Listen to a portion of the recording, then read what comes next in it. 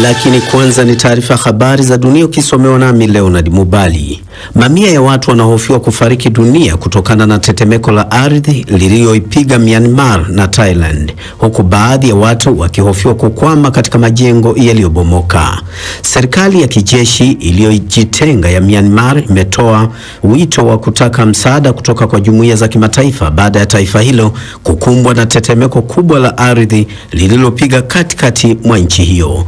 Kitovu cha tetemeko hilo kilikuwa karibu na mji wa Mandalay ambapo kuna watu 1.5 milioni wanaoishi. Akizungumza na BBC, Richard Luket, mtaalamu wa matetemeko katika shirika la utafiti wa jiolojia wa Uingereza, ameelezea wasiwasi wake. Uharibifu nchini Myanmar utakuwa mkubwa. Ninamaanisha, angalia tu uharibifu huko Bangkok, na ukizingatia kwamba ni kilomita 1000. Tetemeko halisi la ardhi lilikuwa umbali wa kilomita 16 tu kutoka jiji lenye watu 2 milioni. Kwa hiyo tunaweza kutarajia majeruhi wengi. Ninaogopa. Makamu wa rais wa Marekani J.D. Vance anafanya ziara Greenland hii leo akiongoza ujumbe wa ngazi ya juu kwenye kambi ya kijeshi kaskazini mwa Marekani. Atapewa taarifa fupi kuhusu hali ya usalama wa Arctic katika kituo cha mbali cha Pitvik, ambapo mipango ya awali ya ziara yake pana zaidi ilikuwa imepangwa kuongozwa na mke wa Bwana Vance, Usha, ilifutiliwa mbali, huku kukiwa na hasira ya wenyeji juu ya nia ya Rais Trump kutaka kuidhibiti Greenland ambayo ni eneo lenye uhuru wa Denmark.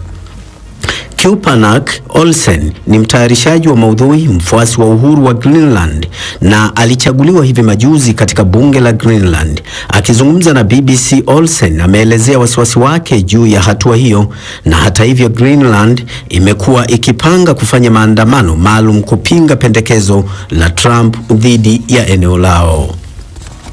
Rais wa Zimbabwe Emmerson Dambuzo Mnangagwa amemteua mkuu mpya wa jeshi kabla ya maandamano yaliyopangwa siku ya Jumatatu, ambayo yaliitishwa na kundi la wapiganaji wa vita wanaotaka kumshinikiza rais huyo kujiuzuru. Meja mkuu wa zamani Emmanuel Matatu anachukua hatamu mara moja. Skola Kisanga na taarifa zaidi. Jenerali Emmanuel Matatu, ambaye anachukua nafasi ya Luteni Jenerali Anselm Sanyatwe, anatokea jimbo alilozaliwa Rais Emmerson Mnangagwa la Midlands. Umri wake unaripotiwa kuwa miaka 72. Si mtu aliyejulikana sana, lakini wasifu wake pamoja na umri wake vinaonyesha kwamba ameteuliwa kumsaidia Rais Mnangagwa katika joto la vuguvugu la mabadiliko magumu. Rais Mnangagwa anakabiliwa na shinikizo kutoka kwa wafuasi wake wa zamani kumtaka ajiuzulu kutokana na kile wanachokiita usimamizi mbaya na ufisadi. Mapema wiki hii alimstaafisha ghafla mkuu wa jeshi Luteni Jenerali Anselm Sanyatwe na kumteua kuwa waziri wa michezo, sanaa na utamaduni. Jenerali Emmanuel Matatu anakuwa ni kamanda wa 4 wa jeshi la kitaifa la Zimbabwe tangu Rais Mnangagwa achukue madaraka chini ya miaka 4. Unaendelea kusikiliza taarifa habari kutoka idhaa ya Kiswahili ya BBC.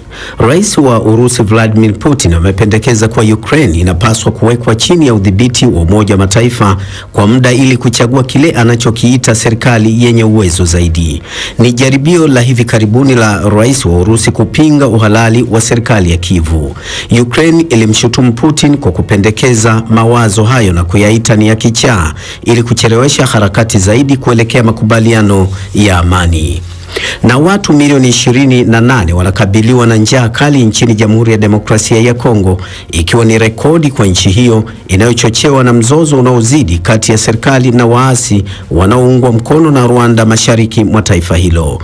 Mgogoro wa muda mrefu wa kibinadamu nchini Kongo umechochewa na mzozo huo, huku watu milioni 2.5 wakikabiliwa na njaa tangu kutokea kwa ghasia za hivi karibuni. Shirika la mpango wa chakula la Umoja wa Mataifa WFP na shirika la chakula na kilimo FAO limebainisha hali hiyo katika taarifa yao ya pamoja. Hii ni BBC.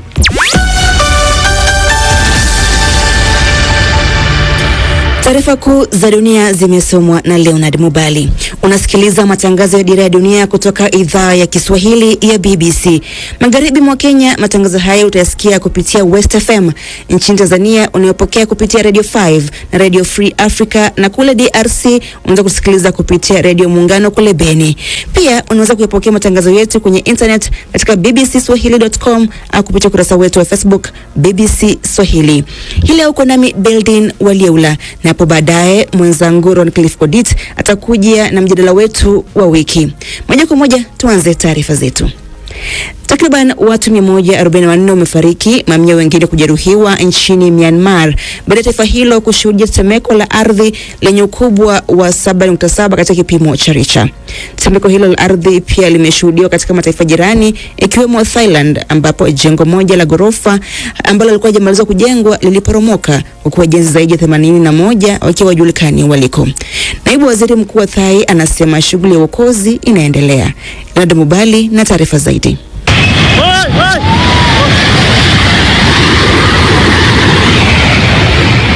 Mitandao ya mawasiliano iko chini katika sehemu kubwa za nchi.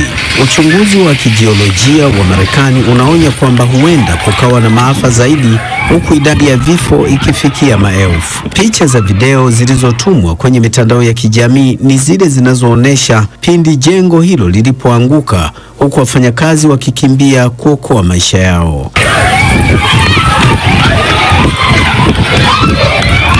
Hospitali kuu katika mji mkuu Naypyidaw imetangazwa kuwa eneo la majeruhi wengi. Baadhi ya waliojeruhiwa wanatibiwa nje ya hospitali hiyo. Akizungumza nje ya hospitali kuu ya Naypyidaw, afisa kutoka serikali ya kijeshi ya Myanmar, Zao Mintun, ametoa ombi la msaada wa kimataifa. Nijuavyo, tetemeko la ardhi lilikuwa katikati ya Sagaing. Nadhani kunaweza kuwa na majeruhi zaidi katika Sagaing, kwani kulikuwa na majeruhi kama hao hata huko Naypyidaw. Kwa hiyo tulitangaza hali ya hatari. Tunaitaka jumuiya ya kimataifa itoe misaada ya kibinadamu haraka iwezekanavyo. Tom Biston, ambaye anafanya kazi na kuishi mjini Bangkok, ameiambia BBC jinsi yeye na marafiki zake walivyokimbia kutoka kwenye jengo hilo refu. Nilikuwa na rafiki yangu, na yeye kwa namna fulani alinitazama kwa utani na kuniambia, nadhani nimepata maradhi. Na kisha ghafla kila waliokuwa karibu yetu wakaanza kukumbwa pia na hali ya wasiwasi. Waliingia moja kwa moja chini ya madawati, kila mmoja akiwa hajui nini hasa kimetokea. Na ndipo ghafla wakakumbuka kwamba hili ni tetemeko la ardhi. Baada ya wote kutambua kuwa ni tetemeko la ardhi, tulianza kushuka wote kwa pamoja katika msongamano mkubwa. Ilikuwa hatari sana.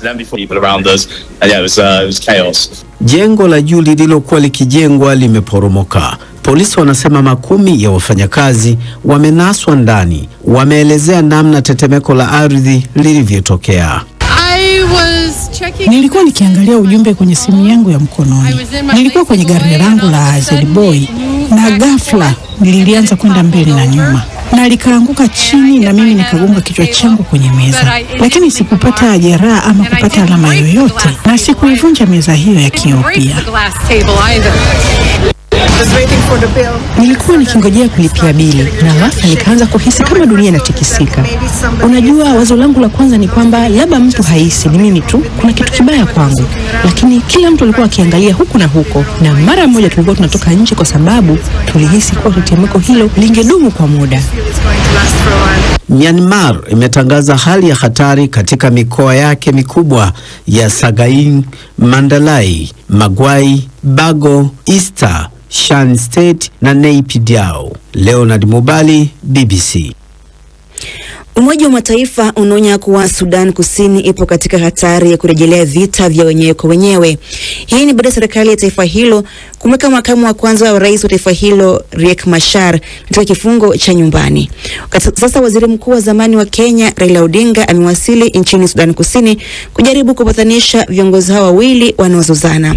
Na ili kujua iwapo hatua ya kutumwa kwa mwanasiasa mkongwe wa Kenya Raila Odinga itazaa matunda, nimezungumza na mchambuzi wa siasa za kanda Mohamed Abdurrahman, ambaye nilianza kumuuliza hatua hii inaashiria nini. ni katika jitihada za kujaribu kutatua mzozo uliozuka huko Sudan Kusini, ambao unatokana na ile hatua ya Rais Salva Kiir ya kumweka katika kizuizi cha nyumbani makamu wa kwanza wa rais Riek Machar pamoja na mkewe ambaye pia ni waziri wa ndani. Kwa hivyo lengo kubwa ni kujaribu kuondoa hali ya mvutano iliyozuka ambayo inatoa kitisho kikubwa kwa Sudan Kusini kuweza kurejea tena katika vita vya makundi yanayohasimiana. Je, unaona jumuiya hii ya kikanda EAC ikiwa na nguvu kunusuru Sudan Kusini kwa kuingia tena katika vita vya wenyewe kwa wenyewe? Kwa maoni yangu binafsi, nahisi kwamba sidhani kwamba jumuiya ina nguvu hizo, na kuna sababu nzito, kwa sababu mzozo wa Sudan Kusini sio mzozo wa kwanza ambao unaikabili jumuiya. Jumuiya imekuwa ikabiliwa na mizozo kadhaa hapo kabla. Kuna mzozo ambao ulizuka kati ya Burundi na Rwanda,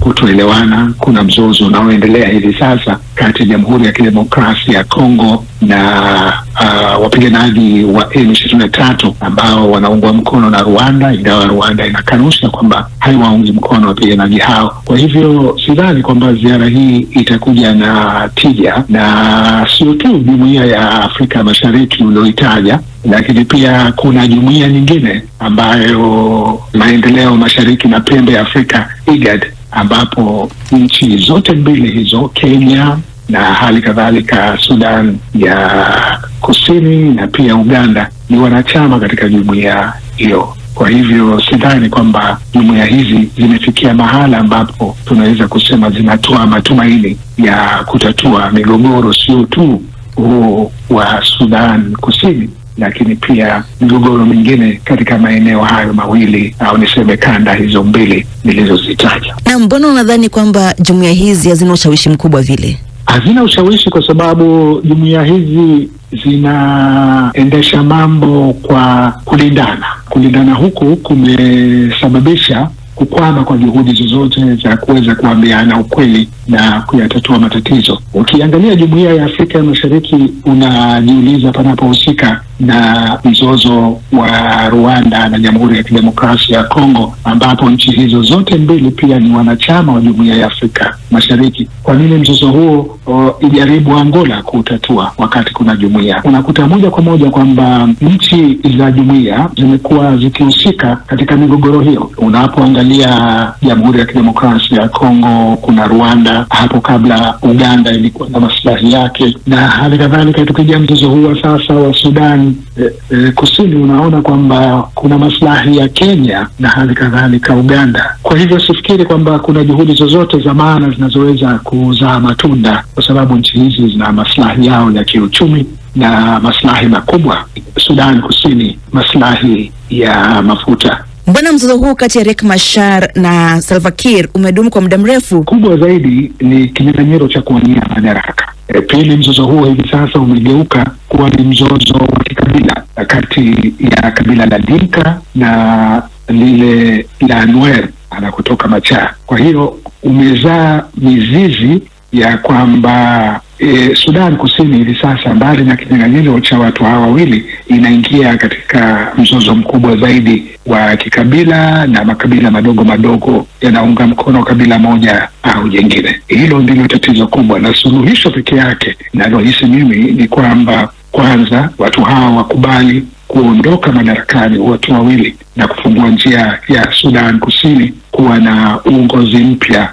Hasa tukikumbuka kwamba tangu uhuru hadi hivi sasa nchi hiyo imeshindwa kuwa na uchaguzi ambao pengine ndio ungekuwa ni ufunguo wa kuweza kuiona Sudan ikisonga mbele.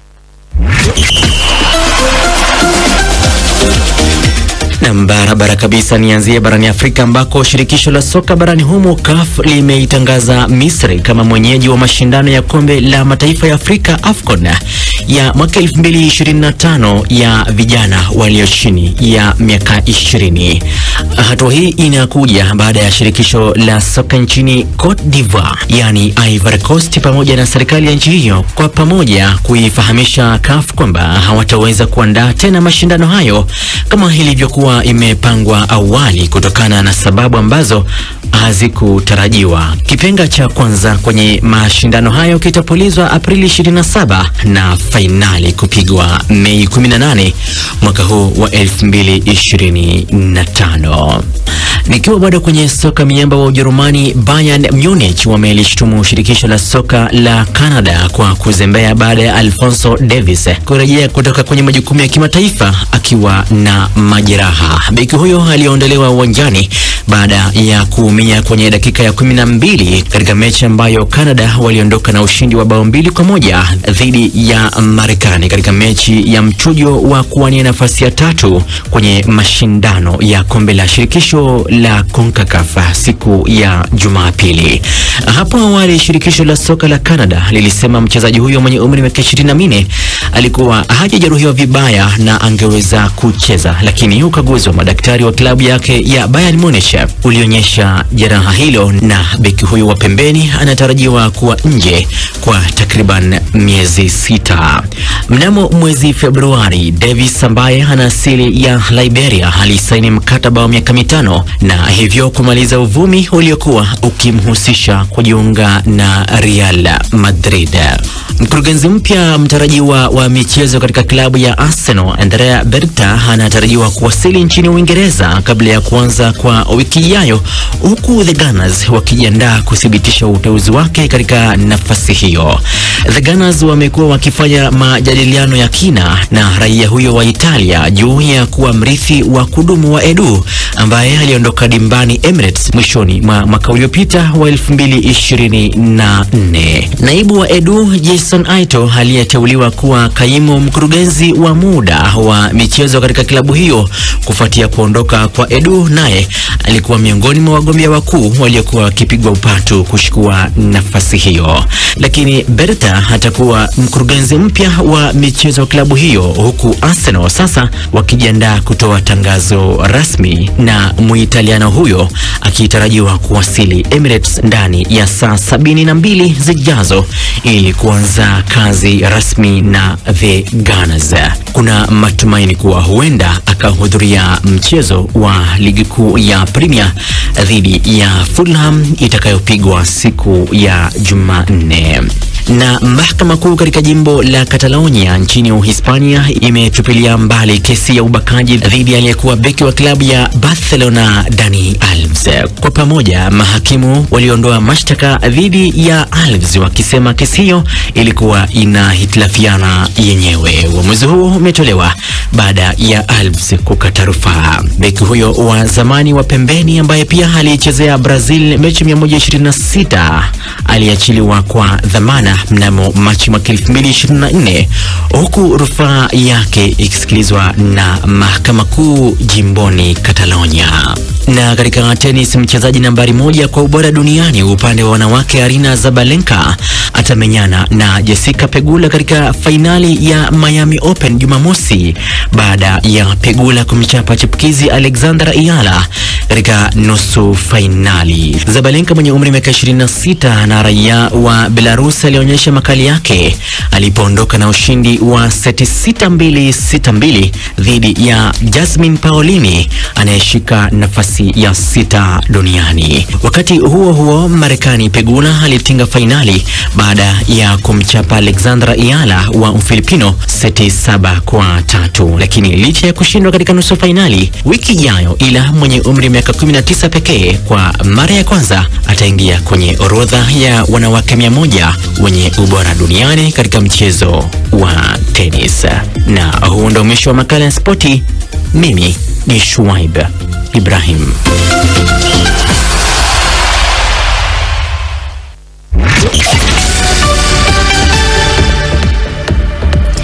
Ni